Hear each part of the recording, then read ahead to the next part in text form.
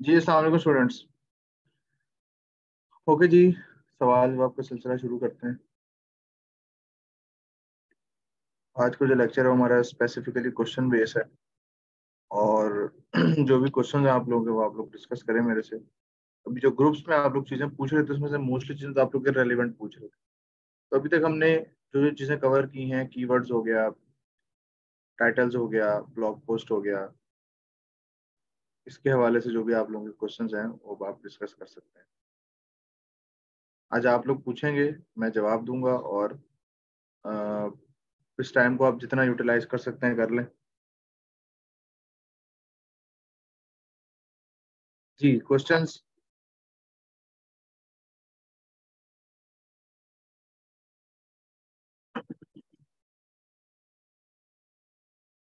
मुझे किसी का मैसेज रिसीव नहीं हो रहा अभी तक।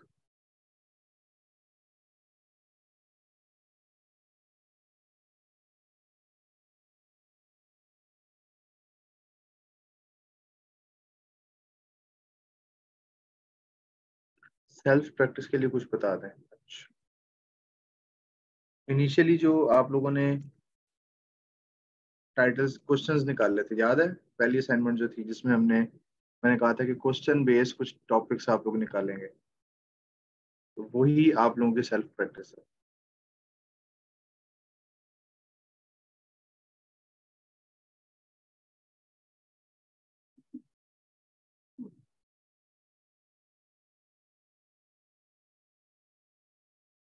टास्क नंबर 2 था ना? टास्क नंबर 2 था आपका कीवर्ड वाला।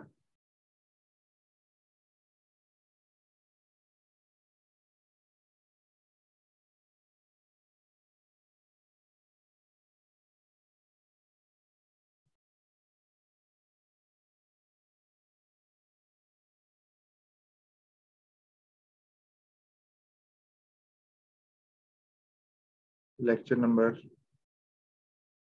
3 था। ठीक है।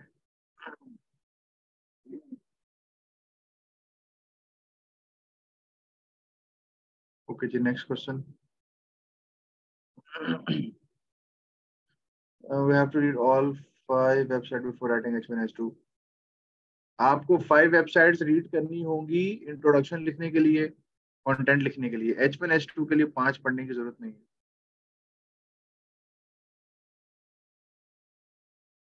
कंटेंट लिखने के लिए जरूरी है कि जी सवाल है कि कंटेंट लिखने के लिए क्या जरूरी है कि हर सब हेडिंग में सेम वर्ड काउंट हो। वर्ड काउंट मैं इनिशियली सेम इसलिए करवाता हूँ ताकि आप लोगों को एक लिखने की आदत बन जाए और चीज़ों को मैनेज करना आ जाए। वरना उसके बाद जो सेकंड स्टेप होता है वो ये होता है कि अगर हमें लग रहा होता है कि किसी सब हेडिंग के ऊपर ज़्यादा डेटा मौजूद है और किसी भी कम है, तो जिसमें कम होता है तो हम भी उसमें कम यूज़ कर रहे होते हैं, और जिसमें ज़्यादा होता है हम उसमें ज़्यादा यूज़ कर रहे होते हैं। अल्टीमेट गोल होता है कि जितना वर्ड काउंट का टारगेट हो उसे पूरा किया जाए।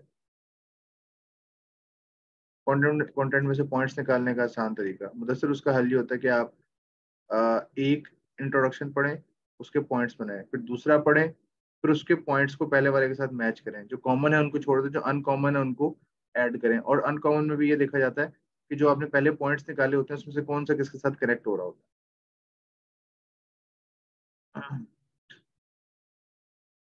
आपने 11 हेडिंग्स दी थी लेकिन मैंने 10 हेडिंग में पूरे 900 कर लिए। जी इट्स ओके। अगर आपने 10 में कर लिए तो इट्स ओके।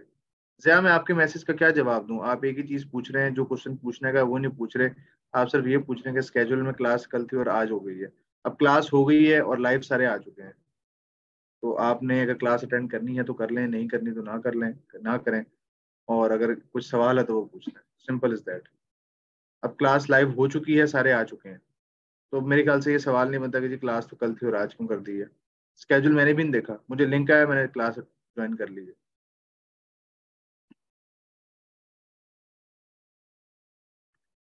मगर कैपेबल होने के लिए ना आपको ज्यादा से ज्यादा प्रैक्टिस चाहिए होगी।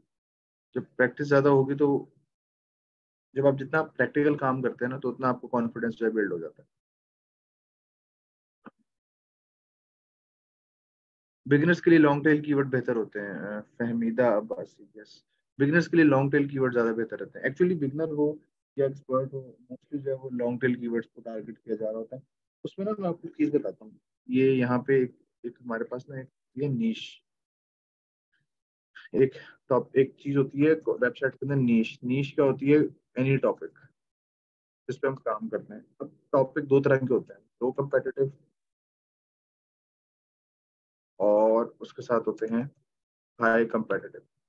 अब लो और हाई कम्पिटिटिव में फर्क क्या होता है? लो कम्पिटिटिव वो होते हैं कि जिसके ऊपर काम कम हुआ वो, यानी कि जिस टॉपिक पे लोगों ने गूगल पे बात ना की हो लेकिन वो सर्चेज आ रहे हो, लोग उसके बारे में सर्च कर रहे हो, तो वहां पे हम शॉर्ट टेल और लॉन्ग टेल दोनों को करते हैं।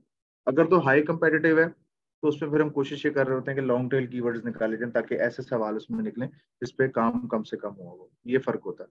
तो बिगनर के लिए जो लॉन्ग टेल है वो ज्यादा बेहतर है, और लॉन्ग टेल ही ज्यादा चल रहे होते हैं, क्योंकि मैंने स्टार्ट में आपको बताया था कि लोग क्वेश्चंस पूछ रहे होते हैं, तो क्वेश्चंस मोस्टली आपका लॉन्ग टेल में ही आ रहा होता है। कंक्लूजन लिखना चाहें तो 40 to 60 वर्ड्स इनफ होते हैं, बहुत होते हैं 40 to 60 वर्ड्स। अच्छा, इसमें ना मैं आपको चीज बताता हूँ, बाज दफा क्या होता है कि जैसे मैंने अब आपको एक फॉर्मेट बताया कि इंट्रोडक्शन इतने वर्ड्स का हो, सब हेडिंग इतने वर्ड्स की हो। जब हम क्लाइंट को भेजते हैं ना काम, तो वो रिवीजन देता है हमें। रिवीजन कैसे? रिवीजन का मतलब होता है कि वो आपसे रिवाइज करवा रहा होता है चीजें। वो कहते हैं जी आप इंट्रोडक्शन जरा काम करके फलां हेडिंग्स में डाटा ऐड कर दें। तो इसका मतलब है कि वो इंट्रोडक्शन में 80 to 120 वर्ड्स वाला फार्मूला वहां पे हमारा फेल हो गया। वो उसकी रिक्वायरमेंट पर डिपेंड करता है। बाज दफा वो कहते हैं जी इंट्रोडक्शन को आप ज्यादा बढ़ाएं और कंक्लूजन खत्म कर दें।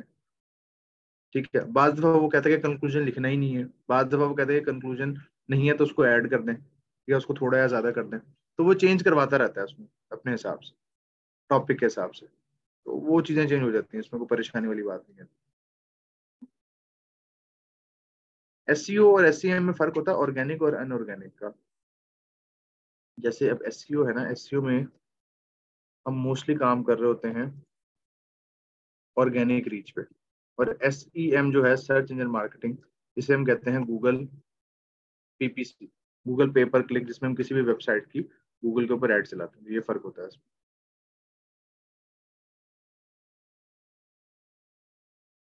लैपटॉप और पीसी रिक्वायर होता है लाजमी, लेकिन इनिशियली आप मोबाइल पे प्रैक्टिस कर सकते हैं। उसको टफ होता है लेकिन हो जाता है।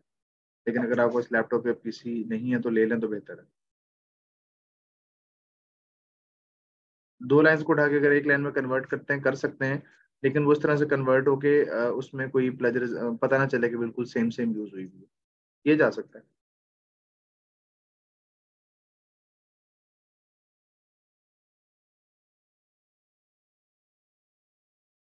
कंटेंट में जी पिक्चर्स ऐड होती हैं, बिल्कुल होती हैं।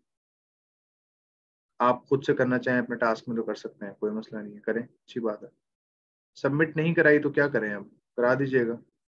अच्छा, ये जो ग्रुप में भी उस दिन तकरीबन को 25 से 30 मैसेजेस आए हुए थे, सर मेरे बच्चे हैं, सर लाइट नहीं होती, सर खाने का टाइम होता है, फलाना टाइम होता है, ये होता है, वो होता है, तो हम असाइनमेंट जो है वो सबमिट नहीं करा सके। जब आप असाइनमेंट सबमिट नहीं करा रहे तो एक्सक्यूजेस मुझे ना बताया करें। नहीं करा रहे तो ठीक है, इट्स ओके, क्या करूं मैं अब मुझे बताने से आपके मसले तो हल तो नहीं हो जाने। अब आप अपने प्रॉब्लम्स को देखते हुए जब टाइम मिले तो करवा दिया करें।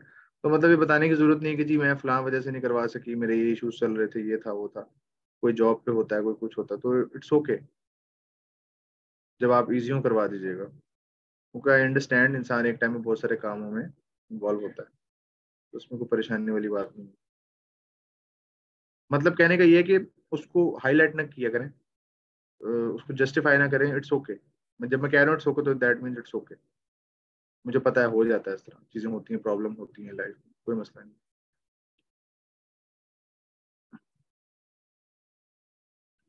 कैसे हम जज कर सकते हैं कि कंटेंट अच्छा है? कंटेंट हम ऐसे जज कर सकते हैं कि जब हम उसको लिख लेते हैं ना, तो हम उसको एक दफा रीडर, एक रीडर बन के उसको पढ़ते हैं। लाइक मुझे फॉर एग्जांपल मैं किसी टॉपिक पे लिख रहा हूँ, या जैसे how much screen time is good for kids, तो मैं ये सोचूंगा कि अगर मैं इस टॉपिक को सर्च कर रहा हूँ तो मैं किन किन चीजों को मद्देनजर रखूंगा, या मैं समझूंगा कि क्या मैं मेरा इसमें मसला हल हो रहा है। सबसे पहली चीज तो ये होती है कि रीडर इंटेंट को फॉलो कीजिए, जो मैंने पहले भी बताया था। ठीक है। और जरूरी नहीं कि 5 साइट्स ही हो, आप 10 साइट से भी डाटा निकाल सकते हैं। आप 10 वेबसाइट से भी डाटा निकाल सकते हैं। मुझे फाइल ना भेजें, फेसबुक ग्रुप पे सबमिट करवाएं। अभी चैट देखी है, स्केड्यूल के हिसाब से तो ट्यूसडे को क्लास थी, कल क्लास नहीं होगी। नहीं जी, कल क्लास नहीं होगी आपकी। मुझे नहीं पता कल क्लास होती ही नहीं होती। आज लिंक आया और मैंने क्लास दे दी। मैं अगेन वही बात कर रहा हूँ, क्लास हो चुकी है, आप लोग क्लास में आ चुके हैं। तो या तो ना आते तो अलग बात थी, अब आ गए हैं तो चुप करके उसको अटेंड कर लें। ठीक है। ग्रुप से रिमूव की वार्निंग आ जाती है, ग्रुप से रिमूव की वार्निंग आ जाती है तो आप उन्हें बता दिया करें कि हमने सर को इन्फॉर्म कर दिया। ठीक है। और कुछ नहीं निकालते आपको ग्रुप से। मेरे से जब अभी मैंने ग्रुप से एक बच्चा रिमूव करवाया है, तो मेरे पास इतना है कि मैं जिसको चाहूँ ऐड करूँ, जिसको निकलवा दूँ। अगर आप लोग सही होंगे तो मैं आप लोगों का साथ दूंगा, अगर आप लोग गलत होंगे तो मैं आपको निकलवाने में इंस्टीट्यूट का साथ दूंगा, बेफिक्र रहें। प्रैक्टिस वर्क का मैंने अभी बताया, शायद आपने लेट आई हैं आप। मैंने अभी बताया, ये स्क्रीन पे लिखा हुआ है, ये देखें स्क्रीन पे। अच्छा, अब जो जो मैसेज करेगा ना कि असाइनमेंट लेट हो जाए तो कोई मसला तो नहीं है, या मेरे बच्चे बीमार हैं, या मैंने खाना पकाना होता है, असाइनमेंट का मसला आ रहा है, मैं उसको जवाब नहीं दूंगा, तो वो समझ जाएगा उसको जवाब क्यों नहीं मिल रहा। ठीक है, ये मैसेज बार बार रिपीट हो रहा है, मैं देख रहा हूँ कब से नहीं बता रहा। अच्छा, ये सेल्फ प्रैक्टिस के लिए मैंने स्क्रीन पे कुछ लिखा हुआ है, तो आप लोग इसको देख लेंगे तो मसला हल हो जाएगा।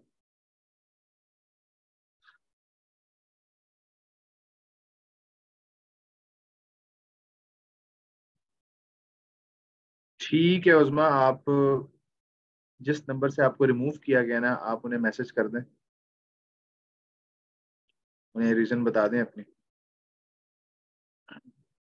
क्रिएटिव कंटेंट राइटिंग में ना, आरसी भावलपुर, एक तो मैंने आप लोगों को मैंने हजार दफा कहा, अपने नाम से जो है वो जूम ज्वाइन किया करें।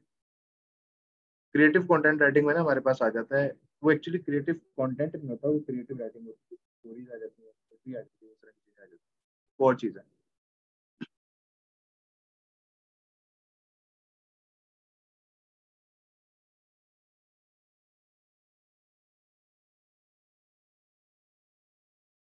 किसको प्रेजेंट का लिंक भेजते हैं, कौन चेक नहीं करता। प्रेजेंट का लिंक कहाँ भेजना होता है। पीपीसी होता है पेपर क्लिक, और सीपीसी होता है कॉस्ट पर क्लिक। पीपीसी वो होता है कि मिसाल के तौर पर मैंने अगर गूगल पे ऐड चलाई है, तो हर कीवर्ड की ना एक अलग कॉस्ट होती है। फॉर एग्जाम्पल, एक कीवर्ड है, उसके ऊपर गूगल कहता है कि अगर आप इस कीवर्ड पे ऐड चलाते हैं तो आपसे हम $2 चार्ज करें। ठीक है, उसकी कॉस्ट पर क्लिक। और पीपीसी में आता है पेपर क्लिक, क्लाइंट जो ऐड चला रहा है वो उस पर कितना पे करे, तो वो जो डिफरेंस होता है ना बीच का, वो फिर प्रॉफिट होता है। वो फिर गूगल एक जगह से पैसे ले रहा है, एक जगह पैसे ले रहा है। लाइक जैसे एग्जांपल, अगर मैं मेरी एक वेबसाइट है, तो ब्लॉग साइट है, तो गूगल उस पर ऐड चलाएगा, तो एड्स की कीमत तो ऊपर की फीस ही होती है कि कितना वो चार्ज करेगा और कितना पे किया जाएगा। तो पे वो मुझे करेगा क्योंकि ब्लॉग साइट होगी कॉस्ट पर क्लिक, कि अगर $2 आता है, $2 गूगल उससे लेगा। और पे पर क्लिक जिसने वेब चलाई भी है उससे चार्ज करेगा, तो डिफरेंस होगा मेरा, मेरी वेबसाइट का प्रॉफिट होगा। मतलब एक हाथ में एक हाथ में।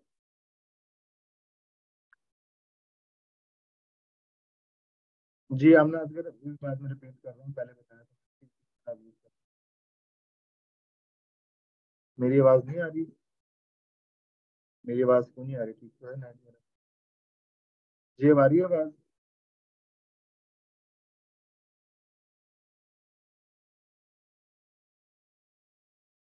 Voice is not clear.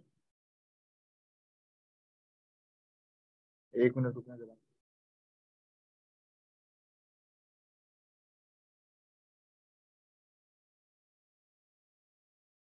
अब ठीक है मेरी आवाज, अब क्लियर है।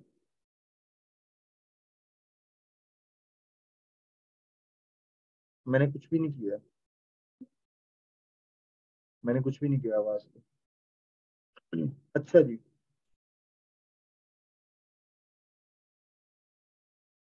अब क्लियर है आवाज।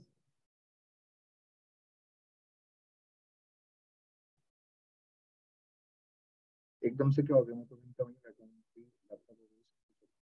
अच्छा होल्ड करें जरा।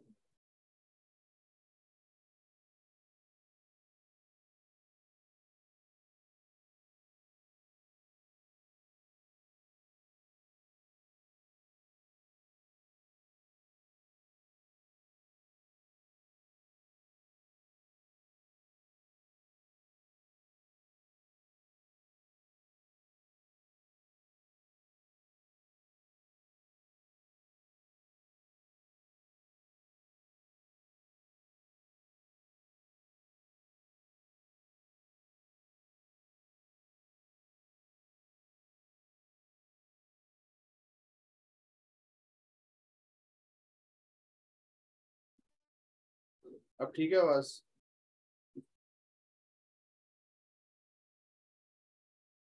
क्लियर है? ओके जी, अब पूछें।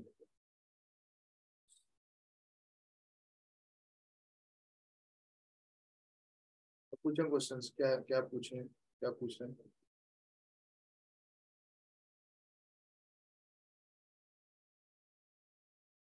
क्या क्वेश्चन पूछ रहे थे आप लोग? पूछे, मैंने कहा दोबारा।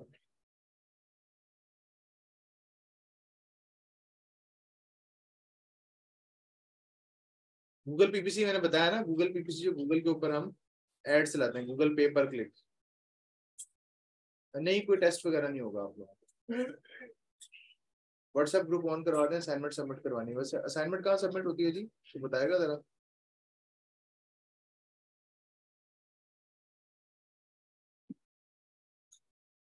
प्रॉब्लम होगी ना, उसको प्रैक्टिस करेंगे तो ठीक होगा ना। हम तो फेसबुक पे सबमिट करवाएंगे ना, व्हाट्सएप ग्रुप पे सबमिट करवाएंगे।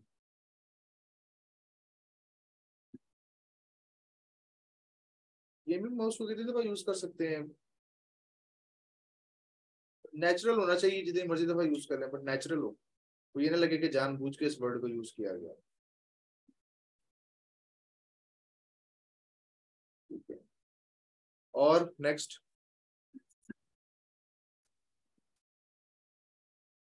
किसी को मेरी आवाज ठीक आ रही है? यानी मन कोई ऐसा है यहाँ पे जिसको मेरी आवाज ठीक आ रही है? चले, ठीक हो गया। तो जिनको नहीं आ रही वो अपने एंड से देखें। हर दफा नेट मेरा खराब नहीं हो सकता, आपका भी हो सकता है। पिक्चर से रिलेटेड ये था कि उसको में आप ऐड कर सकते हैं पिक्चर्स, बिल्कुल कर सकते हैं, कोई मसला नहीं है।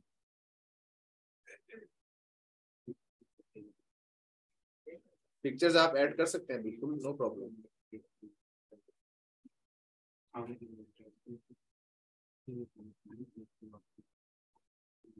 Next question.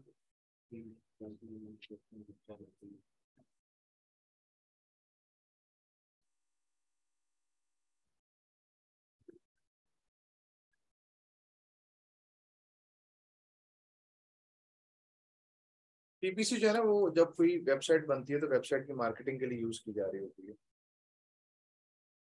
कंटेंट का उससे कोई ताल्लुक नहीं है। एक पोस्ट में कितने पिक्चर डाल सकते हैं, कोई लिमिट नहीं होती उसकी। तो डिपेंड करता है कि अब नॉर्मल ना लगे कंटेंट, ये ना हो कि बहुत ज्यादा पता लगे कि जानबूझ के पिक्चर्स डाली हुई है इसके अंदर, उसको जानबूझ के अंदर इंटीग्रेट किया हुआ है। मतलब नेचुरल होना चाहिए।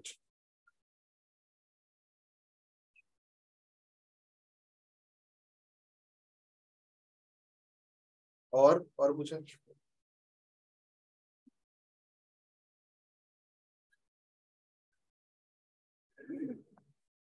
प्रूफ रीडर ये देखता है कि उसमें ग्रामर मिस्टेक कितनी है, फॉर्मेटिंग मिस्टेक कितनी है, क्या कंटेंट ठीक है या नहीं है, सारी चीजें देख रहा होता है। इमेजेस यूजफुल हैं या नहीं है।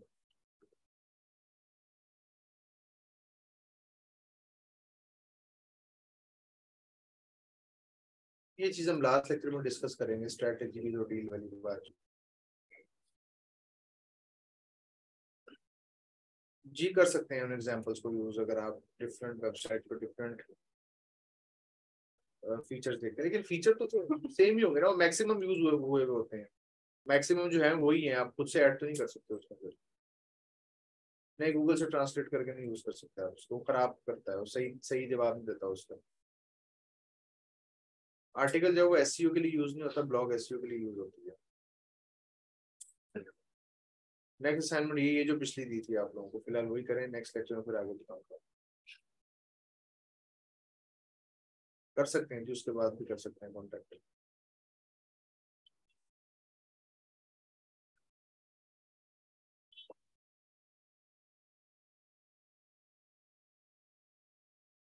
आर्टिकल और ब्लॉग का डिफरेंस मैं बता चुका हूँ। अच्छा दानिश, मेरे पास जब असाइनमेंट्स आ रही होती है ना, तो मुझे एग्जैक्टली exactly पता नहीं होता कि किस स्टूडेंट की है, क्योंकि फेसबुक पे आप लोगों ने और नाम यूज किया हुआ है, व्हाट्सएप पे और नाम होता है, और जूम पे और नाम होता है। ठीक है, फेसबुक पे और पिक्चर होती है, व्हाट्सएप पे और होती है, और जूम पे और होती है। तो वो अब मैं इस चीज को अगर छानबीन करने में लगा रहा कि किसकी है, तो वो रैंडमली जो आ रही होती है, जो जो अपलोड हुई होती है, मैं सब पे रिस्पॉन्स करता जाऊँ। आपको नोटिफिकेशन आएगा कमेंट में कि मैंने उस पर रिस्पॉन्स किया, तो नोटिफिकेशन से पता चल जाता है कि चेक हुई है या नहीं।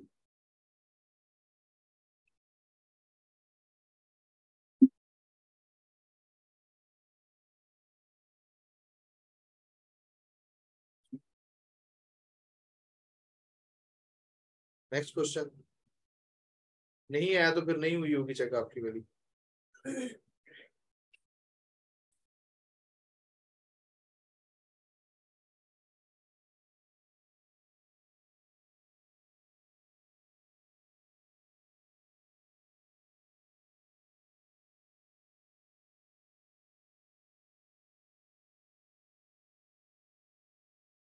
कॉपी राइटिंग पार्ट नहीं है इसका। एक ही फोकस कीवर्ड होता है अनिता, एक टॉपिक में एक ही फोकस कीवर्ड होता है। लेक्चर कितने होंगे वो स्केड्यूल पे लिखा हुआ, तो आप वहां से देख सकते हैं।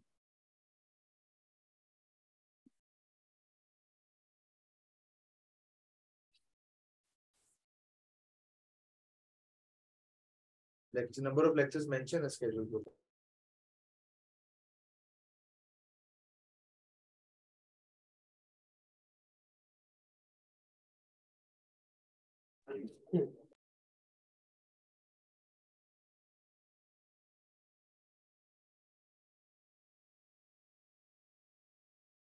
जी जी, चेक हो जाएगी लास्ट में, वो तो डेफिनेटली बाकी लोगों की भी हो रही है, तो आप लोगों की भी हो जाएंगी।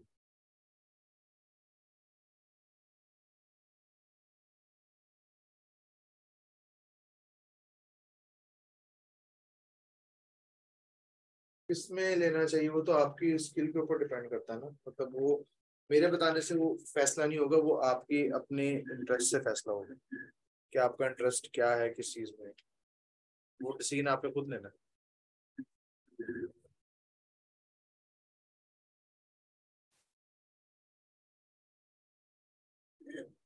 जी नेक्स्ट।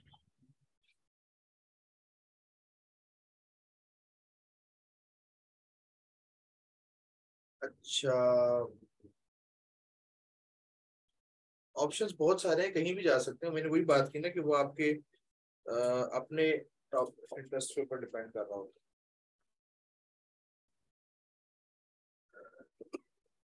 अच्छा, ये सवाल है कि एसईओ में कौन कौन से काम आते हैं, स्कोप ऑफ एसईओ। ये मैंने कॉपी किया, ये मैं गूगल पे गया, मैंने यहाँ जाके लिखा स्कोप ऑफ एसईओ, ये देखो। जब आप बहुत सारे पढ़े हैं, मैं बार बार कहता हूँ कि सेल्फ सर्च की आदत आदत डालें। सारी उम्र मैं तो आपके साथ नहीं हूँ।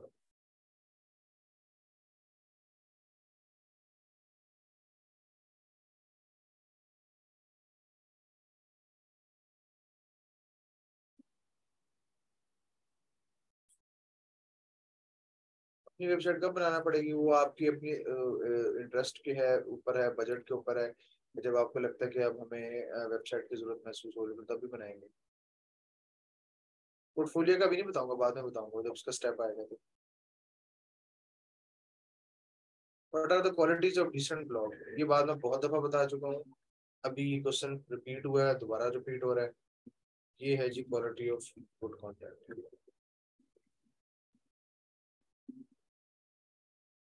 स्क्रीन पे लिखा हुआ नजर आ रहा है, स्क्रीन पे लिखा हुआ नजर आ रहा है, क्वालिटीज ऑफ गुड कंटेंट।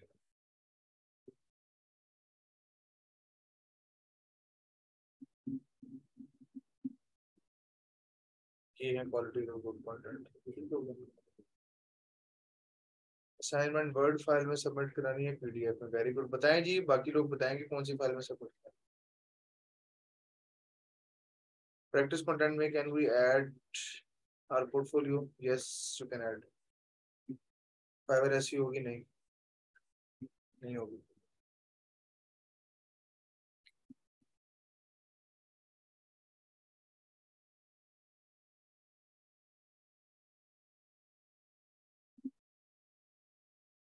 तो काम का सवाल पूछना, टॉपिक से रिलेटेड कोई भी सवाल नहीं आ रहा, वो ऊट पटांग सवाल कर रहे हैं सारे।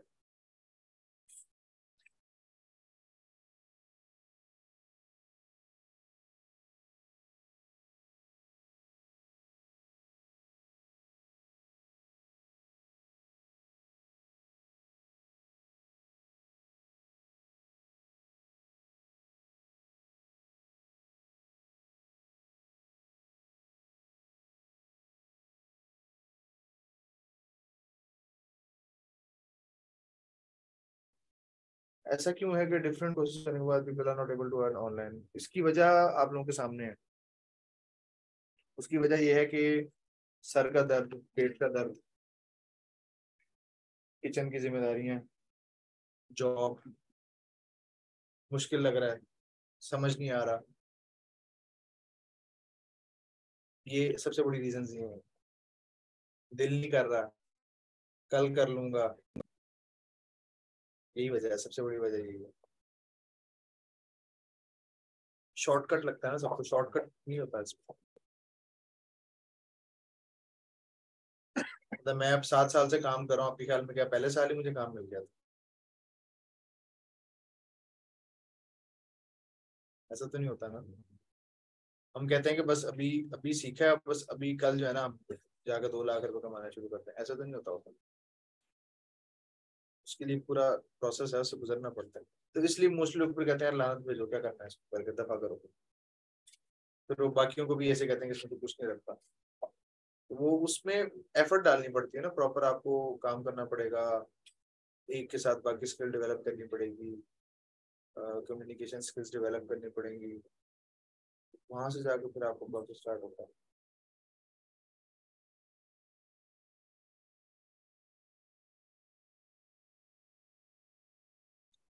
इंट्रो में क्वेश्चन आप एक ऐड करेंगे बस, वो भी हुक हुक के लिए होता है। हुक स्टेटमेंट्स होती है ना, बस उसके लिए यूज होता है, इसके अलावा यूज नहीं होता। हुक के बारे में बताऊंगा आपको मैं, जब आगे जब हम वो ऐड सोशल मीडिया कंटेंट शुरू करेंगे ना, वहाँ पे मैं हुक के बारे में बताऊंगा आपको। एसईओ फाइवर की प्रोफाइल की अलग से होती है, वो और चीज है, उसका हमारे से पता नहीं।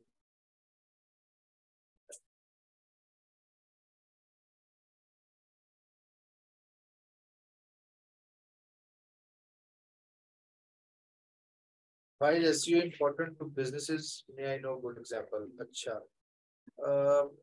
दानिश कुमार ने सवाल किया और बड़ा मजे का सवाल किया। अच्छा देखिए मेरी बात सुने, कोई चीज कोई सर्विस ढूंढनी हो इंटरनेट पे, तो क्या ढूंढेंगे मुझे बताएंगे आपको? दानिश के सवाल से मैं चलूंगा और फिर आगे मैं बाकी क्वेश्चंस को रिप्लाई करूंगा। अगर आपने कुछ सर्विस लेनी है किसी बिजनेस के लिए, तो क्या सर्च करेंगे? कुछ किसी सर्विस की एग्जांपल देंगे।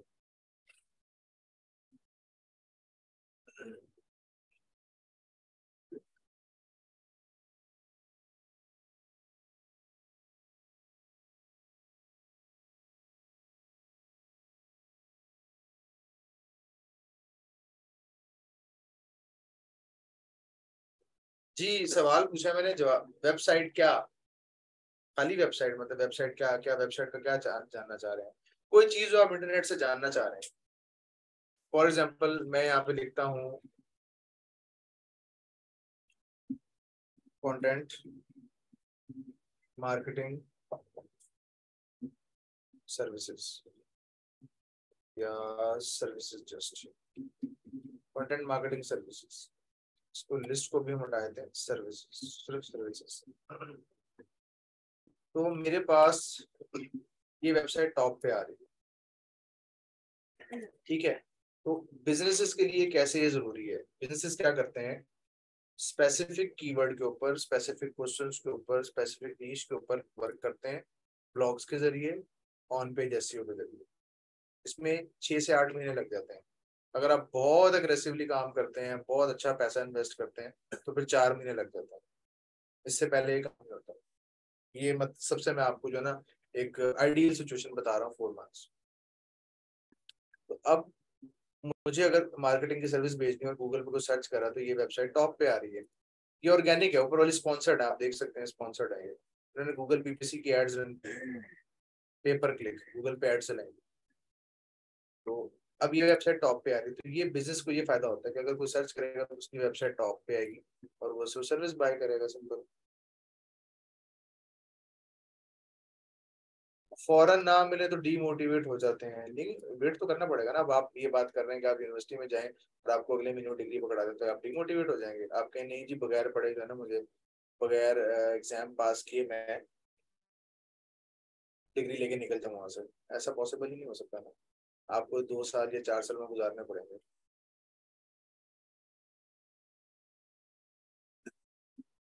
डोमेन एंड होस्टिंग रन करने के बाद उसके ऊपर एक पूरी वेबसाइट बनती है, उस पर आप चाहे 50 पेज बना लें। एसईओ के साथ बेस्ट कम्युनिकेशन स्किल कौन सी है? एसईओ के अंदर ही बहुत सारी स्किल्स हैं। पहले तो अगर आपने कंप्लीट एसईओ सीखनी है तो आपको उसके अंदर बहुत सारी स्किल्स हैं, उनको सीखना पड़ेगा। मतलब एसईओ इटसेल्फ बहुत ज्यादा सारी स्किल्स में कॉम्बिनेशन।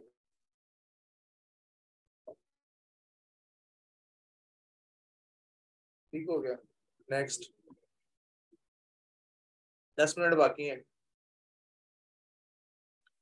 डिमोटिवेट नहीं होना ना, डिमोटिवेट होने का फायदा नहीं, नुकसान होता है।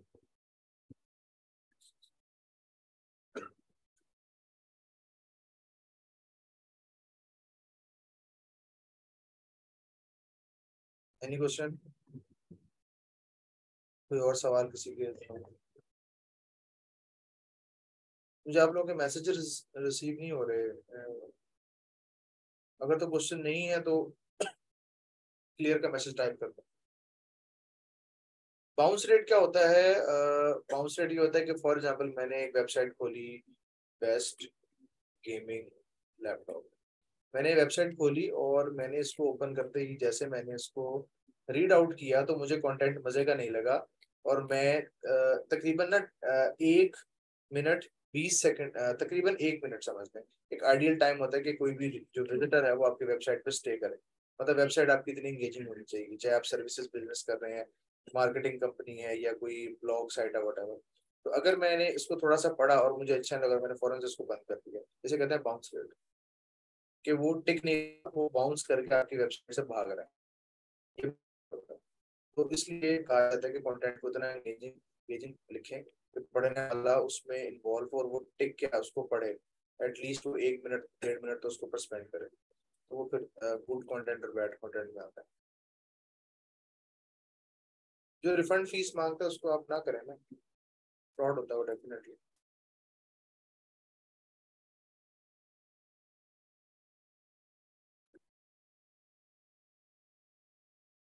अगर हम कोई काम लें ना कर पाए तो बैड कमेंट आ जाए, तो जब आप काम तब नहीं ना जब आपको पता आप नहीं कर सकते। अगर आप कमिटमेंट करेंगे और बैड कमेंट आएगा तो डेफिनेटली आपको बर्दाश्त करना पड़ेगा उसको। जी, ये डिस्कस कर सकते हैं रब। एंकर टेक्स्ट एसईओ शायद आपने डिस्कस किया था, पर जस्ट वन टाइम रिव्यू करते हैं। एंकर टेक्स्ट आपको वो टेक्स्ट होता है जिसको ऊपर आप हाइपर लिंक कर रहे होते हैं, दैट्स इट। वो टेक्स्ट जिसको हाइपर लिंक कर रहे होते हैं, रेफरेंस लिंक डाल रहे होते हैं, वो एंकर टेक्स्ट कहलाता है। नीश इज मोस्ट बेनिफिशियल नीश। कोई बेनिफिशियल नीश नहीं है। हर नीश के अंदर गैप होते हैं। मतलब ये आप किसी से पूछेंगे वो आपको नहीं बता सकते कि मैं कहूँ जी ये इस नीश पे काम कर लो बहुत फायदा है, उस पर कर लो बहुत फायदा है, नहीं।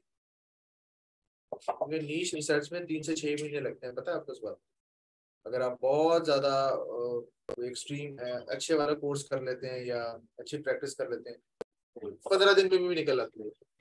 मतलब मैं अगर बैठूंगा तो मुझे इतना पता है, मैं अगर नीश रिसर्च करने बैठूंगा तो मुझे 1 से 2 दिन लगेंगे, मैं निकाल लूंगा। अगर आप करने बैठेंगे आपको शायद 3 महीने भी लगते हैं। आप लोग तो खैर 2 से 3 दफा के बाद ट्राई भी नहीं करेंगे, क्योंकि डीमोटिवेट हो जाएंगे, छोड़ो करेंगे। नसीब में मैसेज रिसीव नहीं हुआ। मैंने इस बात का जवाब दिया कि वो रिफंड फी मांगते हैं, मैंने बोला वो फ्रॉड होता है। इसका जवाब मैं दे चुका। जो आपसे काम करवा रहा है वो आपसे रिफंड फी कोई भी नहीं मांगता। या तो वो आपको वो होता ही है कि पहले काम करवाया जाता है, वो काम चेक करता है, उसे पसंद आता है तो वो पे करेगा, अदरवाइज वो उसको रिजेक्ट कर देगा।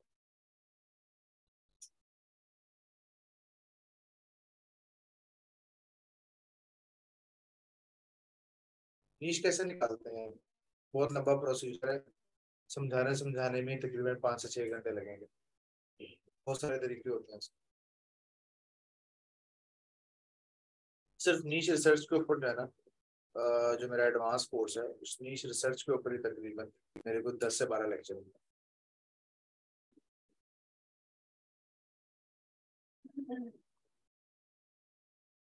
बैक लिंक्स वो होते हैं जो दूसरी वेबसाइट्स के लिंक्स होते हैं जिनसे आपकी वेबसाइट को पावर मिल रही होती है। मतलब एक वेबसाइट न्यू है तो वो गूगल से अपनी इंडस्ट्री की ऐसी वेबसाइट्स निकालती है जो पुरानी हो, जिन पे ज्यादा ट्रैफिक हो, तो फिर उनको हम क्या करते हैं, अपनी वेबसाइट के साथ लिंक करते हैं, जिससे हमारी वेबसाइट जो है वो स्ट्रांग हो रही है।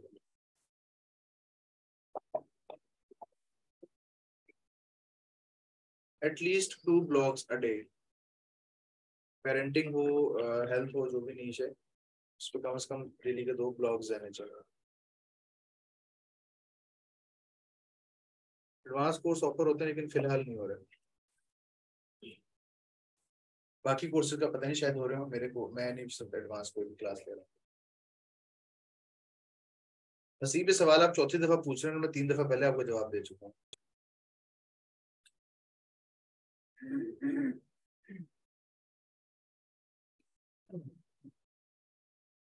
मैंने आपको बताया है कि जो रिफंड फीस मांगते हैं वो फ्रॉड होते हैं।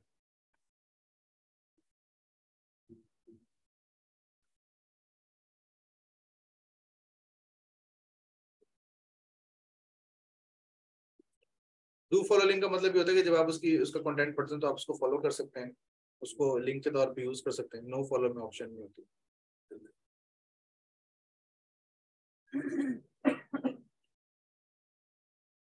चलिए जी, टाइम अप। Time up. जो क्वेश्चंस रह गए हैं, अगर कोई काम का सवाल होगा तो व्हाट्सएप ग्रुप में पूछिएगा, अगर काम का ना हो तो मत पूछिएगा। अच्छा, ये क्या पूछा जी? कीवर्ड की कंपटीशन चेक करने के लिए सबसे चीप टूल होता है सैमरस। बेस्ट है, सैमरस अच्छा है, वही कर लें। मिल जाता है 1000-1500 रुपये per month shared base. H1 H2 colour हो सकता है, कलरफुल कलर कोई भी यूज नहीं करेगा। कलर शलर कोई यूज नहीं करना है, ब्लैक फॉन्ट यूज करना है। ये मैं सिर्फ आपको समझाने के लिए यहाँ बता रहा हूँ, तो थोड़ा सा डिफ्रेंशिएट करने के लिए आप लोग कलर ने यूज किया गया है। ठीक है। HRF एक्सपेंसिव है। HRF अगर फ्री में कम प्राइस पे जो मिल रहा है ना, जो शेड होता है, उसकी डेली की 10 to 15 सर्चेस मिलती हैं, मैक्सिमम 30 मिलती हैं। 30 सर्चेस तो फौरन से निकल जाती है।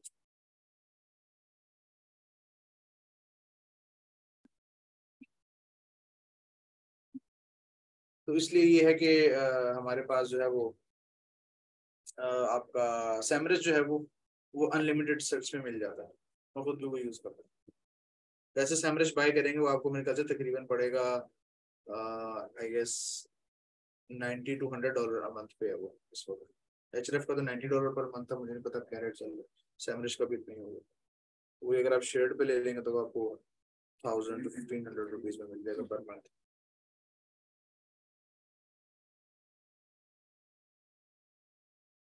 यही रेट है, कोई 1200 का दे रहा है, कोई 1500 का दे रहा है, यही मैक्सिमम यही इतना मिल जाता है। हाँ जी, बोल्ड रखना है। वो बोल्ड आप चूंकि वर्ड की फाइल में करते हैं तो हम बोल्ड कर देते हैं, लेकिन जब वेबसाइट पे जाता है तो वो ऑटोमेटिकली H1 H2 करते हैं, तो खुद ही उसकी सेटिंग कर लेता है। चलिए जी, टाइम आप अपना ख्याल रखिएगा। टेक केयर, अल्लाह हाफिज।